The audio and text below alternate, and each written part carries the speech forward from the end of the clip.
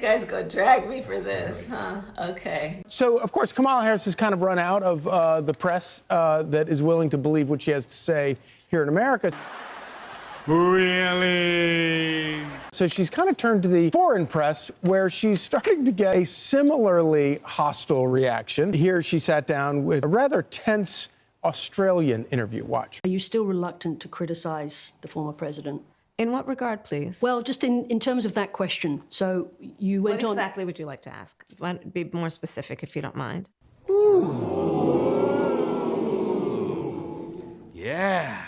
Was it Joe Biden's decision, his failure to recognize his own frailties in that position, that put you in the position that made it almost impossible to win that race? He was not frail as President of the United States.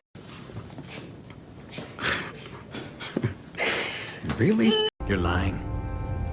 And you're a piece of shit. We all saw the debate. I do believe that Joe Biden had the capacity to be President of the United States, and I have never doubted that he had the capacity to be President of the United States. Bullshit! As I've said in the book, I had concerns. We saw the debate. We saw the difficulty he had marshalling his thoughts. I have answered that question. I do not believe that I think it's just hard watching the debate to see how there could not be a problem long term with someone who can't marshal their thoughts. I'm not saying his acuity wasn't present. I talked about that in the book.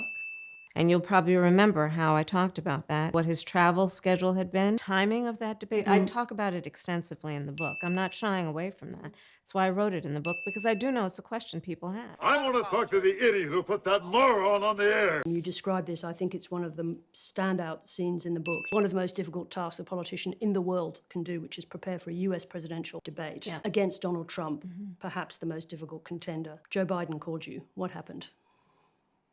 I thought congratulate me or to wish me good luck. That's a damn shame. And then he brought up other issues, which I have discussed in the book. He was talking about some criticism that he'd heard from some donors in Philadelphia. Correct. That's right. Now, what did you think about that? As I write in the book. Bro, we brainwashed out here, bro. That's enough for today. If it holds near and dear to you that you like to be able to, anyway.